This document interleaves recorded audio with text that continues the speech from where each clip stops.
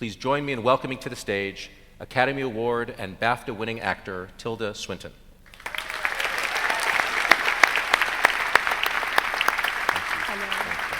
Thank you. Thanks so much. Hello. Full disclosure, standing up on my own in front of grown-ups was never my favorite. A few months ago, the circus came to the village I live near in the Scottish Highlands, the Las Vegas Circus, straight out of County Cork. And I was winkled out from under my seat by the clown and made to play a very, very, very small violin and dance in front of my neighbors. It's been the gift that's gone on giving all summer for anyone of a mind to come up behind me in the chemists and tell me that they reckon it's about time I went to muck out the elephants. But I am a BFI baby, dyed in the wool. This was the circus I ran away to join. It's an honor and a privilege to stand here and wave a balloon on a stick for my old alma mater. I owe the very fact that I've spent the last 32 years making cinema directly to her. The first film I ever made, and pretty much the next handful, were produced by her. It was the BFI that championed the cinema and its makers that I was first drawn to work with. She designed the cine kindergarten in which I built my first cine sandcastles, gathered together my first cine partnerships, and lifelong friends. She has my love and support ad infinitum per ardua ad astra, etc., etc., etc. I went to the archive at Berkhamsted a few weeks ago. No cine nerd Aladdin could imagine what endless booty is cherished there. The magical specialists who operate this phenomenal machine, part forensic scientists, part surgeons, part couturiers, part alchemists, deal in proper archaeology there. Our roots, the foundations of our house. Amongst it all, there was one particular treasure waiting for me. In between Dirk Bogart's script for Song Without End and Emmerich Pressburger's notes for unshot scenes for pretty much my favorite film of all time, the peerless I Know Where I'm Going, there was something I know very well indeed inside out. Derek Jarman's sketchbook for Caravaggio. A scrapbook stuffed to the gunnels, pasted and drawn images, printed snatches of dialogue, the hieroglyphics of Derek's blooming brown handwriting everywhere. As fresh as the day. A rose I'd given him pinned like a butterfly on the open page. A list of telephone numbers, mine included, 3526638, on the first leaf. Part lucky charm, part cinematic shopping list, part family album, wholly personal and unique. Reliable booster jet, starter motor, invisible friend. Caravaggio was a film produced by the BFI. It went on to win the Silver Bear at the Berlin Film Festival of 1986. Caravaggio was that first film that I ever made.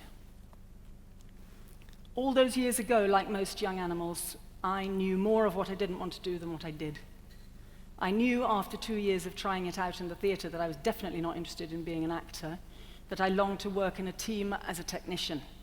And having kept myself comfortably on my winnings from 2 flat seasons, that I had an ability to pick winners and live rough in between them.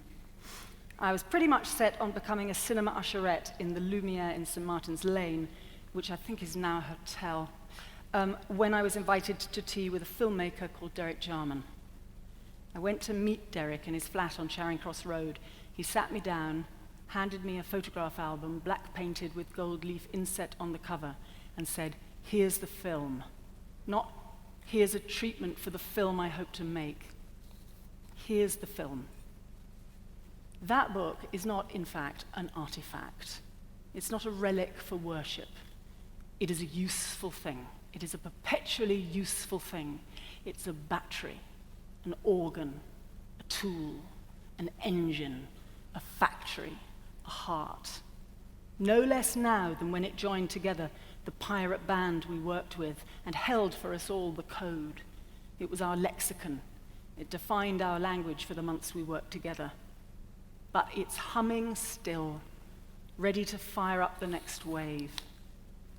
Over 9 years, I made 7 films with Derek. Each of them began with the blacking and the gilding and the opening of a new bound book. During shooting, the book would sit on his director's chair with a sense of benign surveillance, frequently consulted, available to all comers, our collective pacemaker.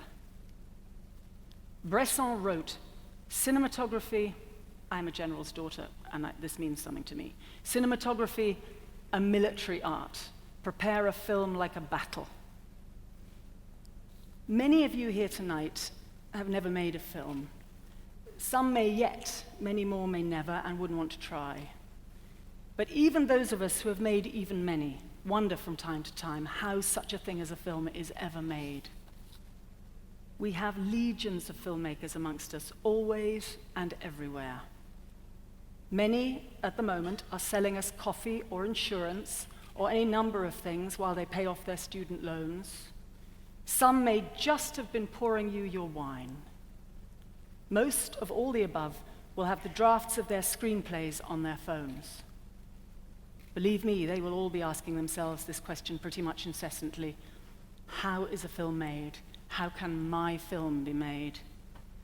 The answer is, I suggest, your way. There's no formula but that.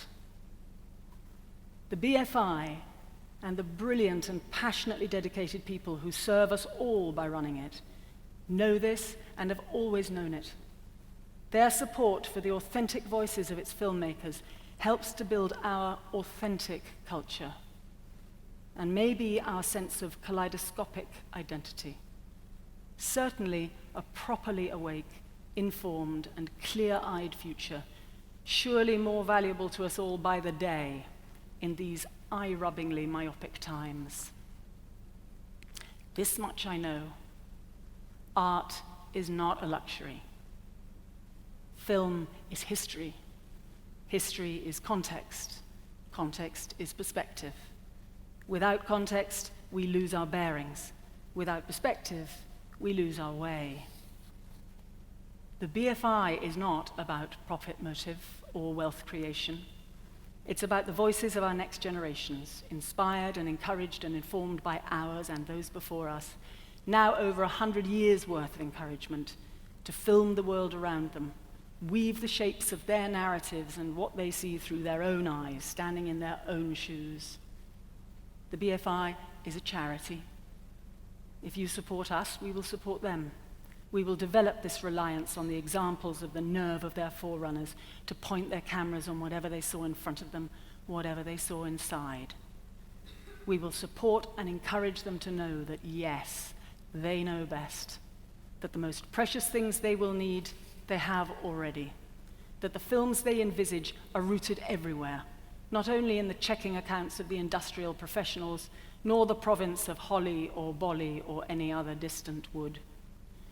And we will champion and embolden them to define and stick to their guns, to hold their heads high, draw their tribe around them, buy the albums, gild the covers, or fill the Sylvine notebooks, or work out how to operate the latest generation of Final Draft, and in every case, write down the telephone numbers of their comrades and get to work.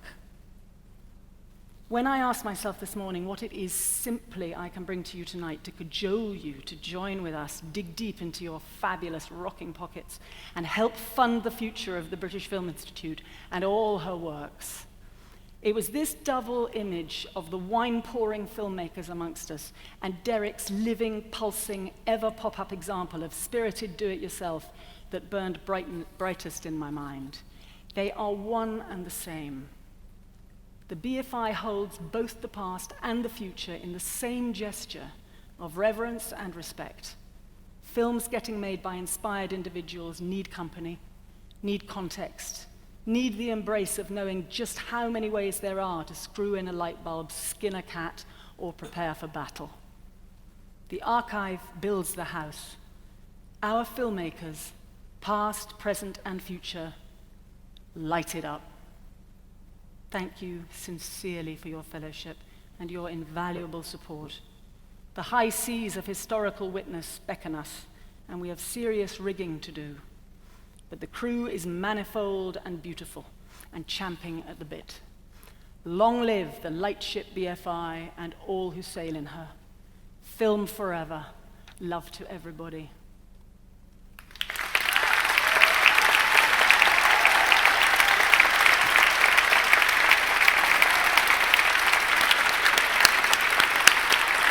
Thank you.